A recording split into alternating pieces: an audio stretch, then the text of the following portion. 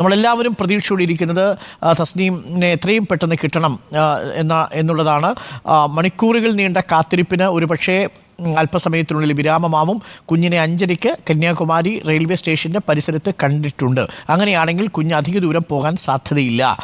സുനിഷ ഇല്ലൂരിലേക്ക് പോകുന്നു. സുനിഷ ഇല്ലൂർ, രാവിലെ കുഞ്ഞിനെ കന്യാകുമാരിയിൽ കണ്ടു എന്ന വാർത്ത വരുന്നുണ്ട്. സുനിഷ, അത് അല്പം പ്രതീക്ഷ നൽകുന്ന ആത്മവിശ്വാസമുള്ള വാർത്തയാണ്.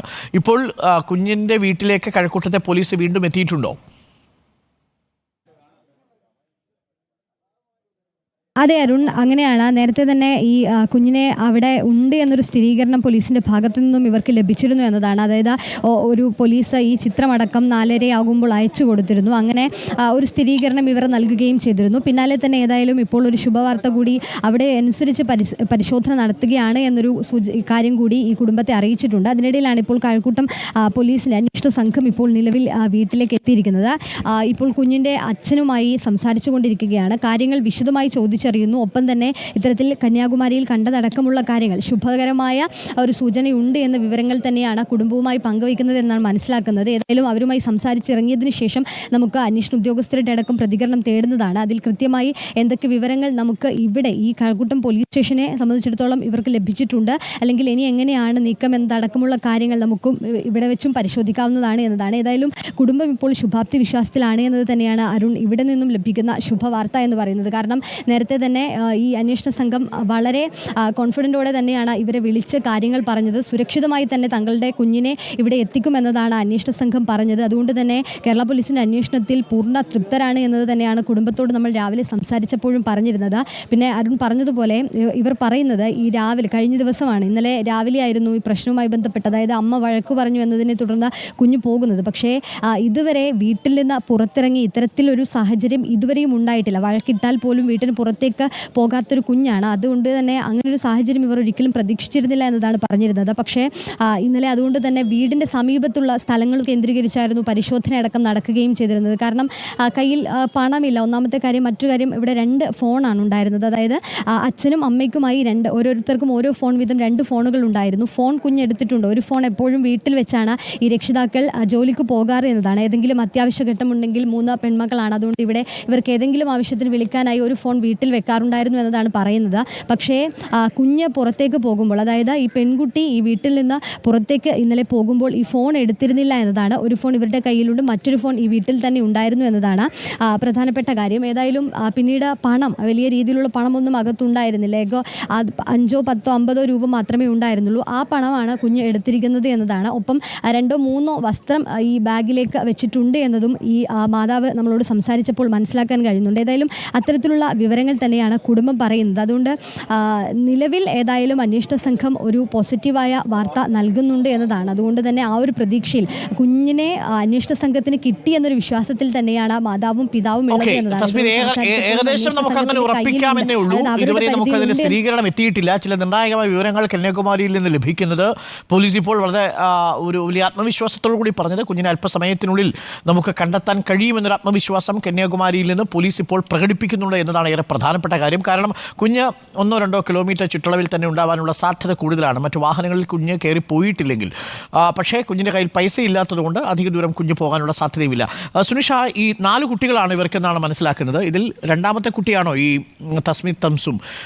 ബാക്കിയുള്ള ഒരു സഹോദരനുണ്ട്, അദ്ദേഹം ചെന്നൈയിലാണെന്ന് പറയുന്നു. പക്ഷേ ചെന്നൈയിലേക്ക് കുഞ്ഞിന് പോകാനൊന്നും അറിയില്ല. അധികം ഈ കേരളത്തെക്കുറിച്ചോ തിരുവനന്തപുരത്തെക്കുറിച്ചോ ഒന്നും വലിയ ധാരണയില്ലാത്തവരാണ് ഇവരെന്ന് തോന്നുന്നു. 2 മാസമല്ലേ ആയിട്ടുള്ളൂ കഴക്കൂട്ടത്തെത്തിയിട്ട്. അങ്ങനെയാണോ മനസ്സിലാക്കുന്നത് സുനിഷ? അതെ അരുൺ, അത് തന്നെയാണ്. രണ്ടാമത്തെ മകളാണ് ഈ പെൺകുട്ടി. അതായത് മൂത്ത മകൻ ചെന്നൈയിലാണ്, രണ്ടാമത്തെ മകൾ. ഇതിനുശേഷം 2 പെൺമക്കൾ താഴെയുണ്ട്. 2 അനിയത്തിമാർ ഈ പെൺകുട്ടിക്കുണ്ട് എന്നതാണ്. ഈ പറഞ്ഞതുപോലെ ഇവർ 2 മാസം മുമ്പാണ് ഈ പിതാവ് ഇവിടെ ജോലി ചെയ്യുകയായിരുന്നു. പിന്നാലെ തന്നെ കുടുംബം ഇവിടെ എത്തുന്നത്, ഈ ഭാര്യയും ഈ 3 മക്കളെയും കൂട്ടി ഈ കേരളത്തിലേക്ക് എത്തുന്നത് അത് 2 മാസം മുമ്പാണ് എന്നതാണ്. അതിനുശേഷം തന്നെ ഈ മകൻ, ചെന്നൈയിലുള്ള മകനും ആ സമയത്ത് ഇവിടെ ഉണ്ടായിരുന്നു. പിന്നാലെ തന്നെ ചെന്നൈയിലേക്ക് പോവുകയായിരുന്നു എന്നതാണ് പറയുന്നത്. പക്ഷേ ഈ 2 മാസത്തിന് ശേഷം കുറച്ച് ദിവസം മുന്നാണ് ഇവിടെ കണിയാപുരം ഹയർ സെക്കൻഡറി സ്കൂളിലേക്ക് കുഞ്ഞിനെ ഇവിടെ അതായത് സ്കൂളിൽ അഡ്മിഷൻ എടുത്തത്. നാളെ മുതൽ കുഞ്ഞ് സ്കൂളിൽ പോകാനിരിക്കുകയാണ് എന്നതാണ് നിലവിൽ മാതാവ് പറയുകയും ചെയ്തിരുന്നത്. ഏതായാലും ഇത്തരത്തിൽ നിലവിൽ ഇവർ 4 പേരാണ് ഇവിടെ താമസിക്കുന്നത് എന്നാണ്. ഈ 5 പേർ, അച്ഛനും മാതാവും ഈ 3 മക്കളുമായിരുന്നു ഇവിടെ താമസിക്കുന്നത് എന്നാണ്. നിലവിൽ ഏതായാലും ഇപ്പോൾ അന്വേഷണ സംഘം ഈ കുടുംബവുമായി സംസാരിക്കുകയാണ്, കാര്യങ്ങൾ ചോദിച്ചറിയുകയാണ് എന്നതാണ് നമ്മൾ മനസ്സിലാക്കുന്നത്.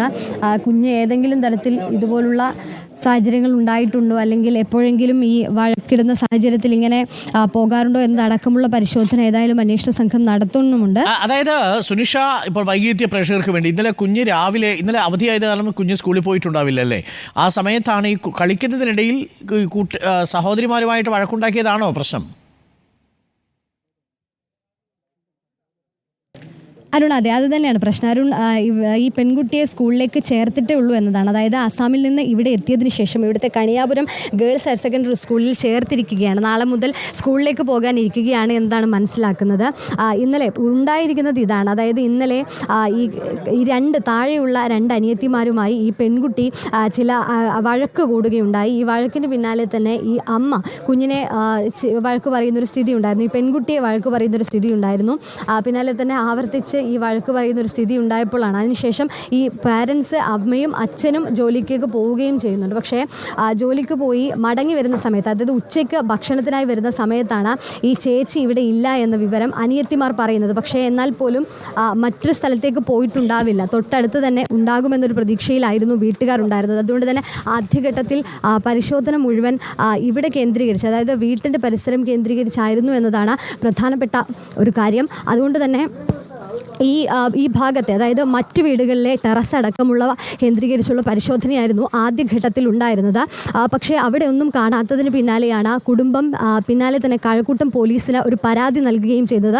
പിന്നാലെ കഴക്കൂട്ടം പോലീസും എത്തുന്നു. പക്ഷേ ഈ പറഞ്ഞതുപോലെ കുഞ്ഞിൻ്റെ കയ്യിലൊരു 10-40 രൂപ മാത്രമായതുകൊണ്ട് ഏതായാലും പുറത്തേക്കൊരു സാഹചര്യം ഇല്ല എന്നത് തന്നെയായിരുന്നു.